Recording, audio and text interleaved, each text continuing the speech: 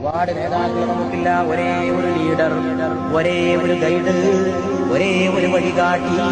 അത് മദീനയുടെ നിലാവാണ്, അത് ലോകത്തിന്റെ കാരുണ്യമാണ്, അത് ഭൂമിയുടെ ക്ഷമയാണ്, അത് മാനത്തിന്റെ വിശാലതയാണ്, അത് ആമിന ബീവിയുടെ മുത്തുമോനാണ്, അത് ഖദീജ ബീവിയുടെ പ്രിയപ്പെട്ട ഭർത്താവാണ്, അത് ഫാത്തിമ ബീവിയുടെ പ്രിയ പിതാവാണ്, അത് ഹസൻ ഹുസൈനാരുടെ പ്രിയപ്പെട്ട പിതാമഹനാണ്, അത് സയ്യിദിന്റെ പ്രിയപ്പെട്ട യജമാനനാണ്, അത് ലോകത്തിന് മുഴുവൻ അധ്യാപകനാണ്, അത് പ്രപഞ്ചത്തിന്റെ അഭ്യുദയകാംക്ഷിയാണ്, അത് മാനവ കുടുംബത്തിന്റെ കുലഗുരുവാണ്, അത് ഏറ്റവും വലിയ വിമോചകനാണ്, ഏറ്റവും വലിയ വിപ്ലവകാരിയാണ്, ഏറ്റവും വലിയ രാജപാത മനുഷ്യ സമുദായത്തിന് കാട്ടിക്കൊടുത്തോരാണ്.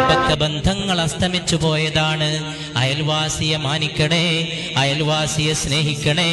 അയൽവാസിയുടെ പ്രാധാന്യം ഏറെ പറഞ്ഞാൽ നിങ്ങൾ അയൽവാസിക്ക് സ്വത്തവകാശം വരെ നൽകേണ്ടി വരുമെന്ന് ദൈവദൂതർ പരിശുദ്ധ റസൂൽ സല്ലല്ലാഹു അലൈഹി വസല്ലം. വർഗീയതയില്ലാത്ത ഒരു മതവിശ്വാസം, വൈരമില്ലാത്ത ഒരു മതവിശ്വാസം, ഹിന്ദുവും മുസൽമാനും ക്രൈസ്തവനും തോളോട് തോൾ ചേരുന്ന ഒരു രാഷ്ട്ര നിർമ്മാണം, മനുഷ്യൻ മാനിക്കപ്പെടേണ്ടതെന്ന ഒരു വിശ്വാസ പ്രമാണം, ഏതു മനുഷ്യനും ഉന്നതനെന്ന ഒരു വിശ്വാസം, ഒരേ ദൈവത്തിന്റെ അടിമകളൊക്കെ ഒരേ കുടുംബത്തിലെ അംഗങ്ങളെന്ന വിശുദ്ധ റസൂൽ സല്ലല്ലാഹു അലൈഹി വസല്ലം.